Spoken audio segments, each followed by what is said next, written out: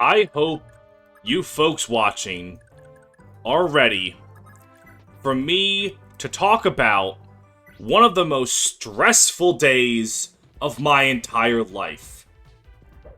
And also for this armor knight to die. But mostly for me to talk about my life. There is no meme. This is just a threat. So, as I alluded to some amount of episodes ago, I was the I was one of the groomsmen at my dear friend Gavin's wedding. And, woo lord, was it so... Alright, let me start. Alright, let me start here. With El Thunder. Now Thoron, we're not cowards here. So, it is Saturday. The wedding starts at noon. I am in charge of picking up two of the other groomsmen, two of the other groomsmen. My dear friend Josh and my dear friend Travis. So, at 8:30 in the morning. 8:30. I wake up. I get ready. I put my suit that I got from Men's Warehouse a good amount of time before... Let's talk to you. I think you get stats. A good amount of time before the wedding. I mean, like... a week and a half, maybe. Maybe about a week. So I put that in the back of my car. And I drive. I grab Josh. I put his suit in the back of my car. And then... we go to Travis. Travis walks out of his house. He doesn't have anything on his person. He is not carrying anything. I say, "Hey Travis, where's your suit?" And then he looks at me and goes, "What do you mean, where's your suit?" Travis, in his infinite wisdom, thought we were grabbing our suits the day of the wedding. Somehow. I do not have any idea how he came to this conclusion. I really, honest to God, cannot comprehend how he came to this conclusion. But it is now, at the time I get to his house, 9:30. So, I have to call Gavin on this, the day of his wedding, and go, "Hey, Travis doesn't have a suit." So, we drive to Men's Warehouse. They open at 10 o'clock. We get there around 9:45. And at 9:45, we knock on the door. They don't care about us and our feeble problems. So, we wait. At 9:55, my angel looks like a 40-year-old African-American woman who walks out of Men's Warehouse and says, "Hey, what are you doing here?" She can see the fear in our eyes. I don't even let Travis speak for himself. I'm like, this man's name is Travis, last name. He needs a suit. The wedding is in an hour. She goes back in. 1 minute later, she comes back out with Travis's suit, doesn't ask for ID. She does not want proof that this is Travis. She can see our fear and knows that we're telling the truth. And she gives Travis his suit. Drink break.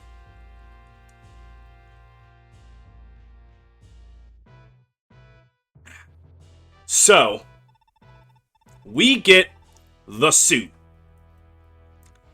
Then, I'm not gonna say that on Interstate 95 in God's Given America, that I drove, that I drove 100 miles an hour while also driving in the shoulder. That would be a funny joke if I said that. But I did get to Gavin's, where we were all getting dressed, in a matter of time that could theoretically only be achieved if I was driving 100 miles an hour on I-95 in the shoulder. Now, following this, I didn't take Yohalvir out of the base. I forgot to do that. You know, he would have been really helpful right here.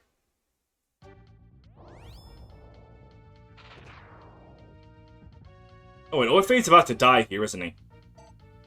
Oh, no, he didn't double. Alright, we're good, we're good. So...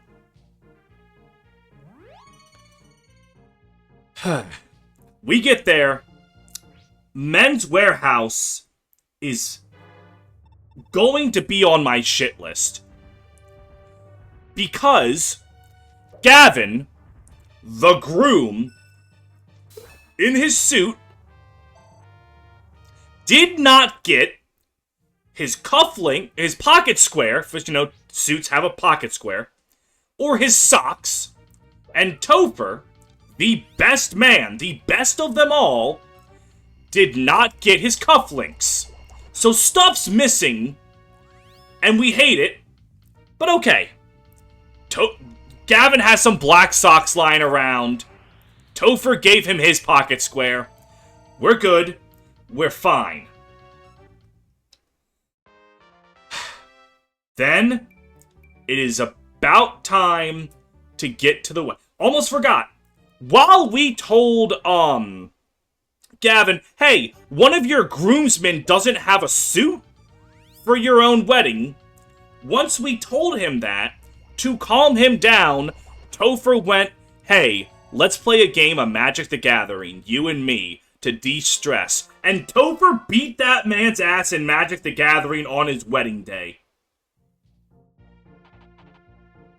Leaf is about to die, isn't he? 24 minus 12. Yep. Alright, you know what? I wasn't really focusing. I was just losing my absolute mind at the audacity of everything that's been going on. So, that happy wedding to Gavin. Then, once we actually get to the wedding, I think the way that we solve this is you just... yeah, you... Perfect. And move you back to the same place. Yeah. So, it is time to go to the wedding. It is slightly delayed. You know, just a little bit. For some reason or whatever. I do not fully understand why the wedding... Not the wedding, like, us getting there. We get there at about 11:30 for the wedding that starts at noon. And things start to go something akin to normal. Topher and Gavin are out in the back, as you are supposed to do with, the best man and groomsman. Best man and groom, excuse me. I am trying to focus. It is hard. How do people talk and play games at the same time for a living? I'll never know. So, as a groomsman, one of my jobs is to usher in people who have come to the wedding. When someone comes into the church, I ask them, are you here for the bride or for the groom? They tell me, and then I tell them where to sit. I only had to usher in 2 people. two older gentlemen, and when I asked them, are you for the bride or for the groom, they looked at each other, looked at me, and went, both, I guess.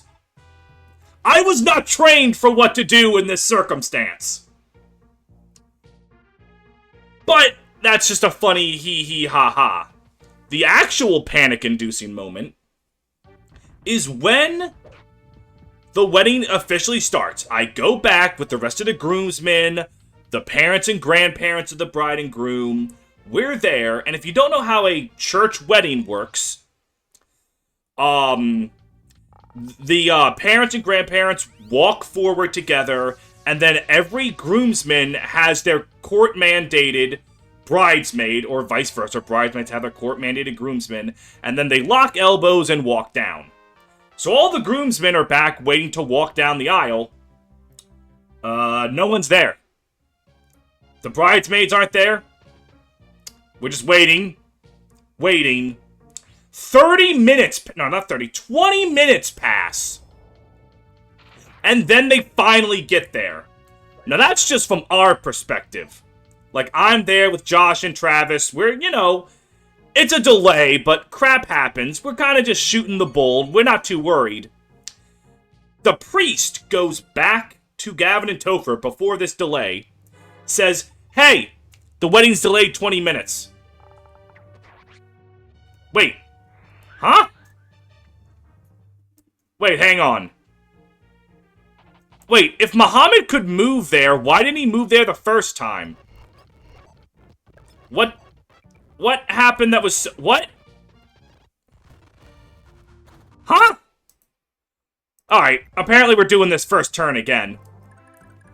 You know what? I'm just gonna... not be so aggressive, I guess, and just play it safer. Yeah, no, he was always... Did the AI just, like... Huh. Interesting. Whatever. Kill that man. Staff, mend, you. I guess use you. Huh. That didn't work. Alright. So, back on track, back on track, back on track. The reason that there was a 20-minute delay for the wedding was that the maid of honor, her toddler, his clothes were late somehow. The day of the wedding. Alright, sure, he's a toddler. How hard could it be for him to get dressed? I'm not a parent. I don't know. That just does not seem like what should have transpired. Regardless, you know?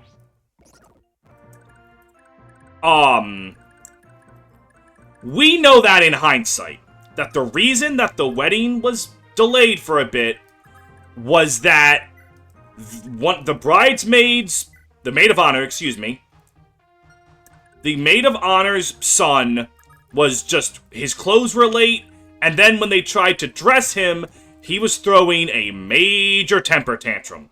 Because he's a toddler, you know? He don't want to be there any more than we do. Whatever. None of that's a problem.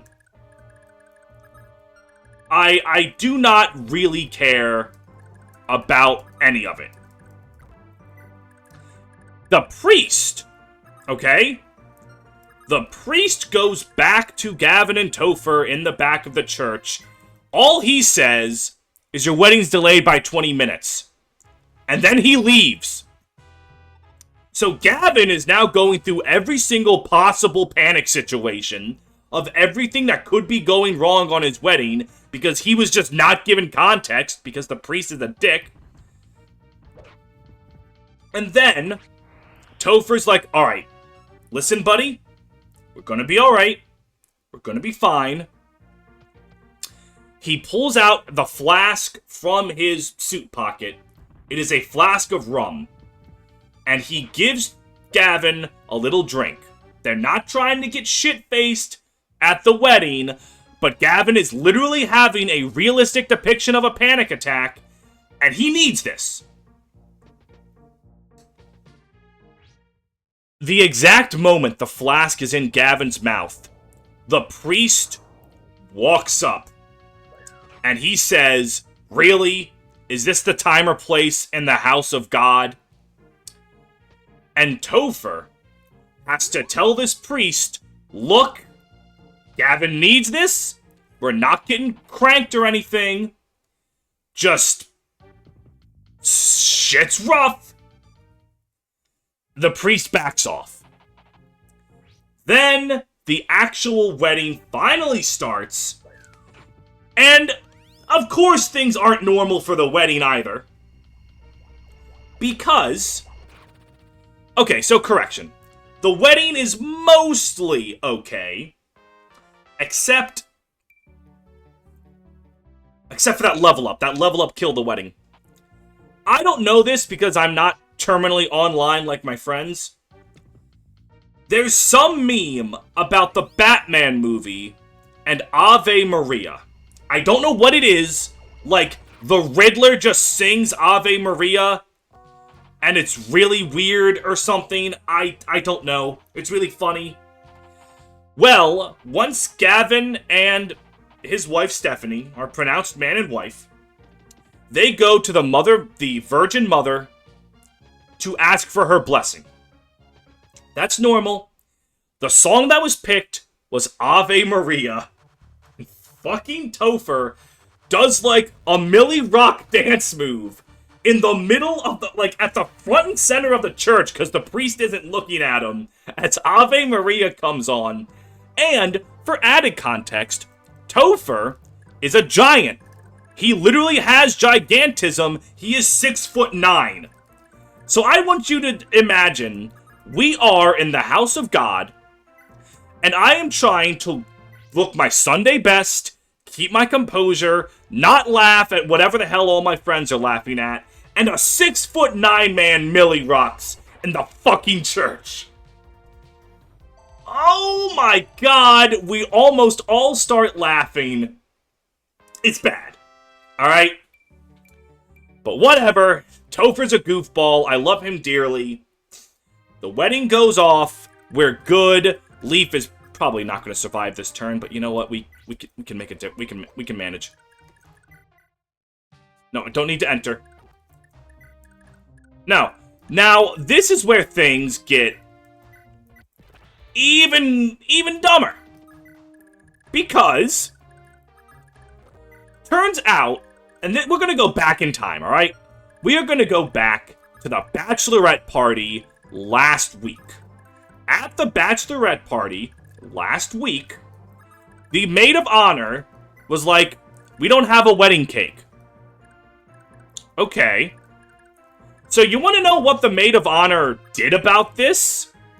Nothing. Until the day before the wedding, at the wedding rehearsal, at... God, what was it? 9 o'clock at night, she tells Topher, the best man, for a reminder, "Hey, there's no cake." Alright, so now Topher has to find somewhere in Baltimore to get this cake at 9 o'clock the day before. And I don't know if you know how many people are at a wedding. A lot! It's not like you can just go to Giant or Food Lion and say, "Hey, can I have a cake?" No, you need a cake made. So I didn't know this, but the morning of the wedding, while I'm, like, before I start dealing with Travis's suit fiasco, Topher has called a local bakery and said, "Hey, we need a cake." So right after the wedding, we take the pretty little photo of all the groomsmen looking cute together. And Topher, myself, all the groomsmen, we go to the bakery, we get this cake, and then we go to the wedding reception. And the wedding reception is not, like, devoid of insanity. That might be bad. I really need that Armor Slayer to hit twice. Oh, wait. That Armor Slayer can hit twice. Okay, anyways, any gosh, dimity darn way. So, first of all, I forgot to mention this. Alright, we're gonna go back. My thoughts are all over the place, but crap was happening. When Gavin is, like, at some point during the wedding, the actual wedding, the priest called Gavin Stephen. Apparently, I was getting married that day. I would have liked a little bit of heads up, but I understand that things happen. How do you make that mistake on the wedding? I don't... Regardless,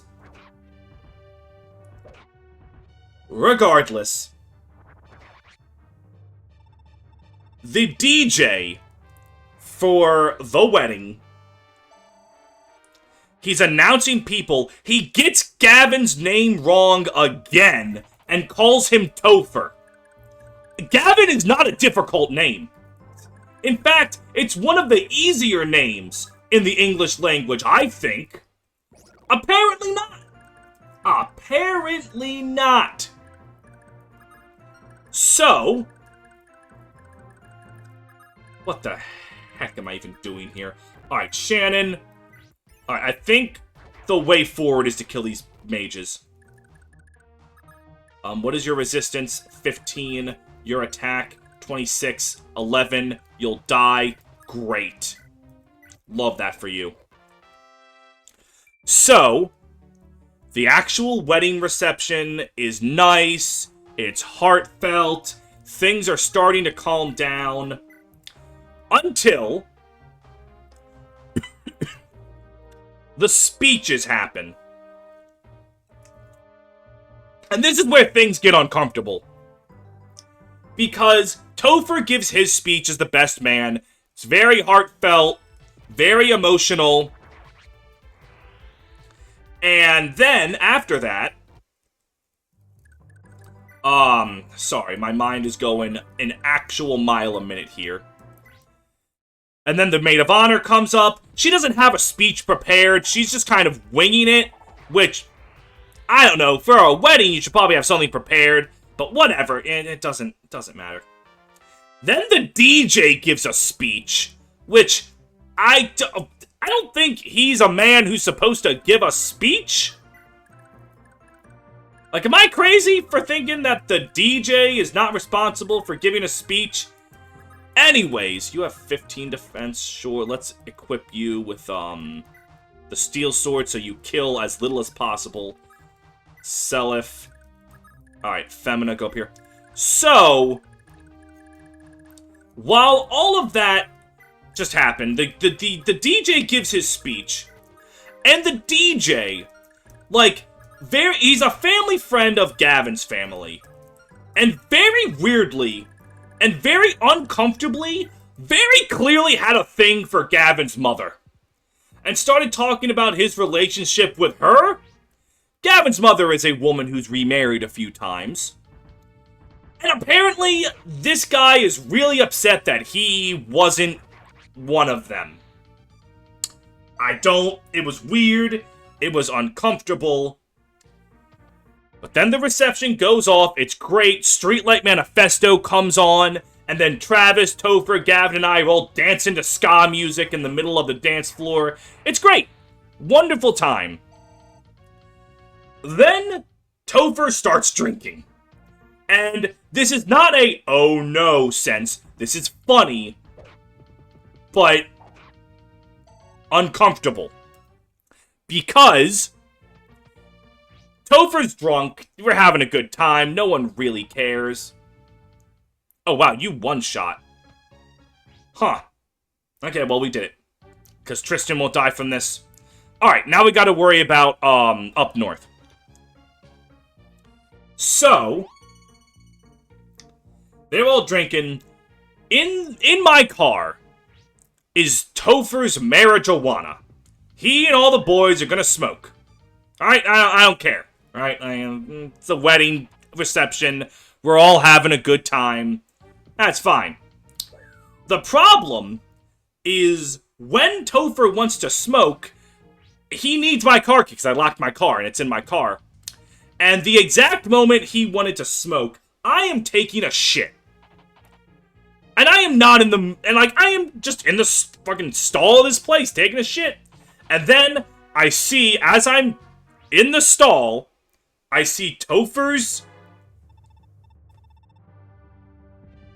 21 seconds. I see Topher's shoes at the bottom of the stall. And I'm like, okay, sure. Some absolute horseshit's about to happen. Topher, because I am reminding you, he is 6'9", stands up, looks into the stall while I'm shitting, and just looks me dead in the eyes. Keys. Now. I'm flabbergasted. Like, okay, sure, buddy. I hand him my keys. He just says, thank you. Walks away. Okay. And to make matters worse, this goddamn DJ is still here. Actually, to make matters worse... Well, hold on. Your slim swords aren't too much of a threat. Amid might be in a bit of danger? I'm not entirely sure here. Okay, he has enough speed that he starts to have, like, consistent evasion. That's good. So... that happens. Because why the hell not at this point? And then... the day of the wedding also correlates to... the, to my buddy Forehead's birthday. And I love Forehead to death. He's been one of my friends since high school. So I drive over. It's just a mile away where he's hanging out. I go over. I wish him a happy birthday. I was like, hey, I can't stay very long. I got this wedding reception. And he understands. Like, he's born every year. That's not how that... every year is his birthday. Not every year is Gavin's wedding, so he understands. One of my friends got him a kimono. And I should correct myself. He got him a kimono because it's made out of ahegao. And I see that, and I look Forehead in the eyes and say, if you ever try to wear that with me in public, I'm going to leave. And in addition to this kimono made of ahegao, he's wearing a shirt with a skeleton on fire pointing a gun that says, I was circumcised in Burbank, California, behind the AMF bowling lanes. And for his birthday, they went to AMF bowling lanes to go bowling. I'm not gonna even ask him how that went. So yeah, that was my Saturday. That was my wedding. There's stuff I had to leave out of this story. Because, holy hell.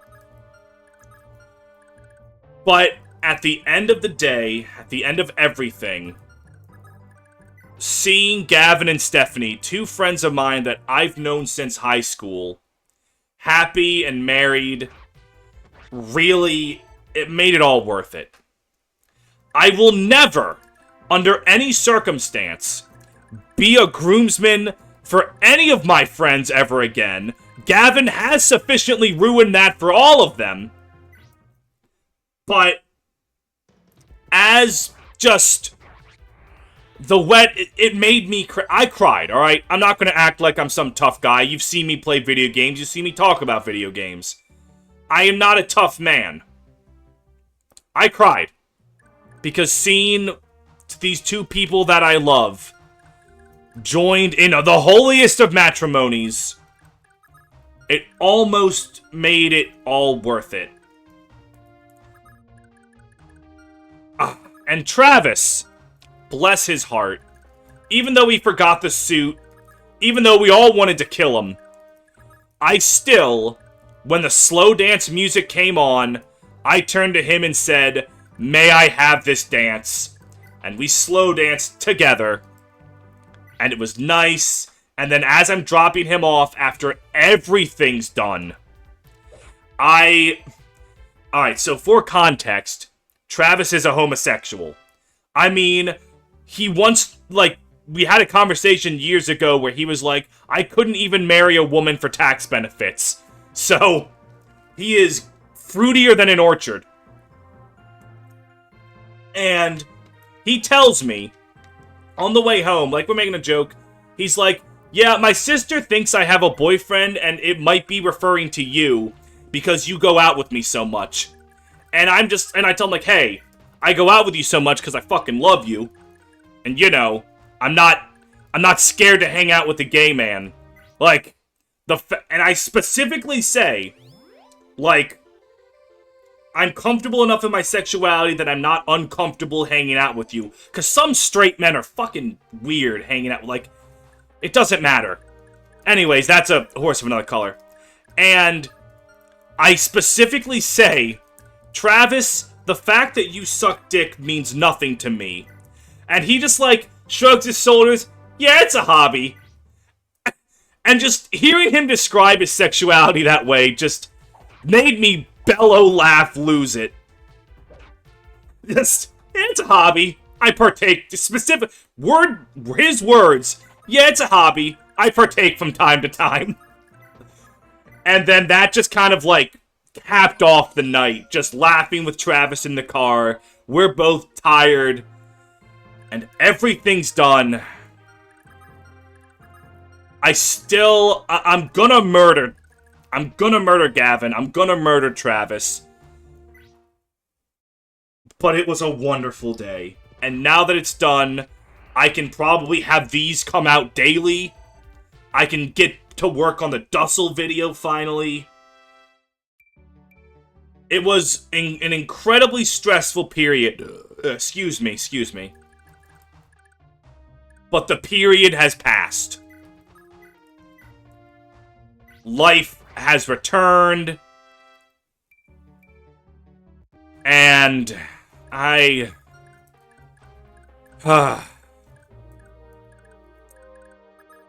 yeah.